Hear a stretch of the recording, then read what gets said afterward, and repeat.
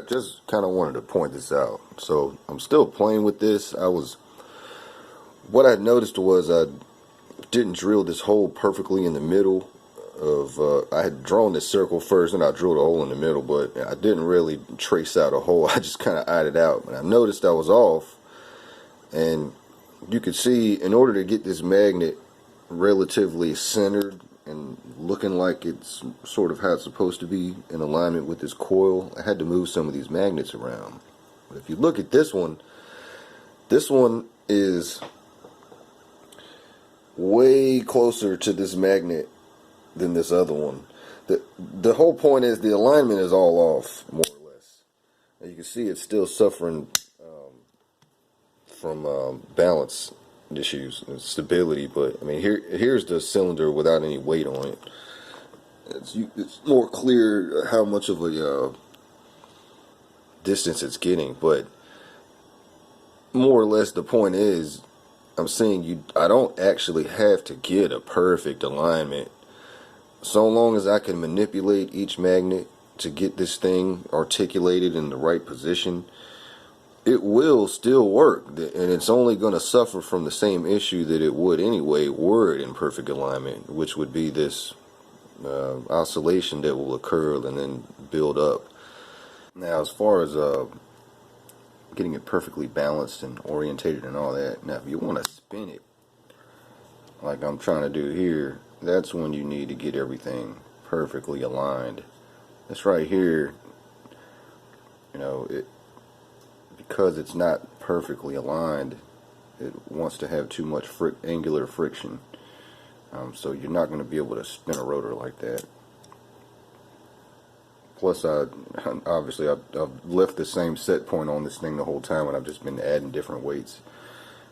So I've never changed the set point, but it can hold a pretty good amount of weight for the amount of voltage that's needed.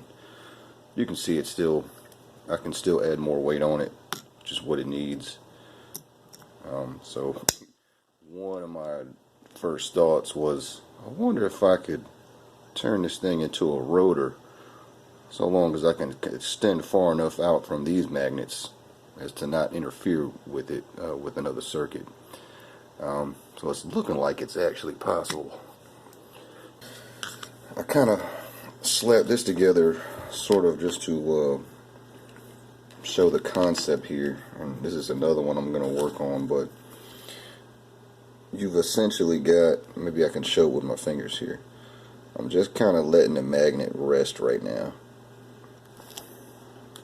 So naturally it wants to kind of hover and float right here at this point, alright?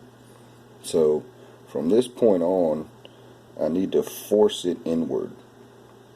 There's a natural repulsion going on from the center right here. So if you imagine a coil being right here, and let's say that coil even has a core on it, there's going to become a point where this float magnet is going to attract to the core, and without any type of control, it's either just going to repel back out or it's going to stick to the core, which is where the control comes in. So you want to, right around this point, be either pulling on the magnet to just pull that down and fight the repulsion and leave it right there, or you're going to have a strong attractive force from here to your core right around this point, at which point, if you offset that to the point where you only need a bit of repulsion, that's what's going on with the other circuit. That's what that's doing. It's kind of hard to explain, but I didn't show it before, but important part is there's another small magnet underneath the core of this one, which is helping to actually repel that magnet. It's reducing the total amount of power needed to go through that coil. Kind of another way to show it. So, assuming this would be the general setup, I can take this and stick it like that, and you can pretty much see how it's kind of trapped in this field. Now, it wouldn't normally be sitting that high up. I would imagine it'd be a little bit lower. But this is the dynamic, essentially, that you're working with. So you've got the magnet more or less stable in this region where it's being repelled by all these other magnets, trying to keep it relatively center.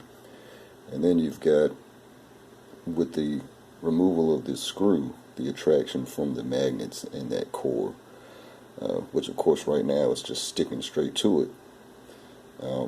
So once you remove that and you've got just sheer repulsion, where that's going to just go plop off.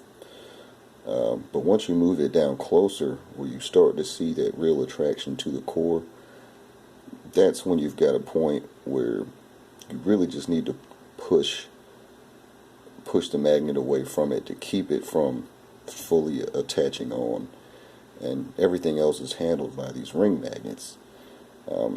But obviously the more pushing power that's required to do that, the more current draw there's going to be. So if you can offset some of the attraction by placing another magnet underneath in the opposing direction, once that magnet gets around to the spot, right around the spot, it's just going to be a very slight attraction, and which point, as long as you've got this ring set up right, then it'll work. But the other way to do that would be to not have a core at all, have a pretty substantial air coil in here, and do it just like this. Just pretend that right now it wouldn't be attracting to the core, it would just be nothing but pull going on.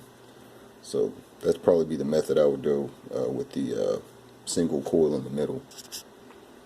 So unless you add some type of feedback control, or you get a little more complex with it, you're going to likely have these oscillation issues, which just makes sense. But I was wondering if there would be a way to actually offset or dampen some of that using Lenz's law. And I say that by way of using either a copper or an aluminum plate. Now, since I've got these handy little discs here, I figured I'd try it. But so first off, we can see it's the arbitrary 3 volts right now. You can see over time it's going to suffer from the same issue. Unless I tune this thing just right, add the right mass, all that, it's going to suffer from that. So what happens if I ever so gently cover the coil with this aluminum?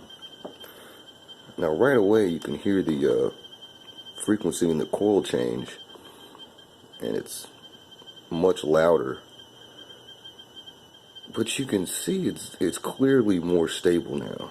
So I'm not sure if my brain is reconciling the physics behind that properly, but more or less a layman's way I had put it together in my mind was offsetting some of that movement using Lenz's law. Now I'm not really sure if this is a product of the aluminum interacting with that coil and how that coil, the field the coil is firing, or if it's actually a result of the very slight movements within the magnet itself. Now, one way to be able to tell that would be playing with a different setup where you've got more distance from the plate and the magnet, or between the plate and the magnet. But I thought that was pretty cool. So essentially what I would do in the next setup is just use a aluminum or copper plate over the coil to help get rid of that problem. So if I take it back off, go silent again, can't hear that vibration, but as you can see now, it's going to go back into chaos mode, last an indefinite amount of time till it decides to just fuck right off.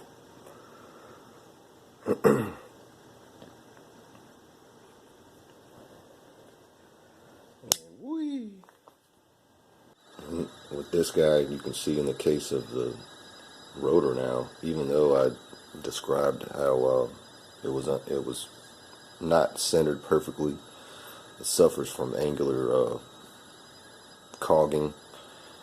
Yeah, it still technically works, given the aluminum plate is there to do whatever it's doing. Like I say, I haven't quite ironed out why it does that. I just kind of had a hunch that it would work, but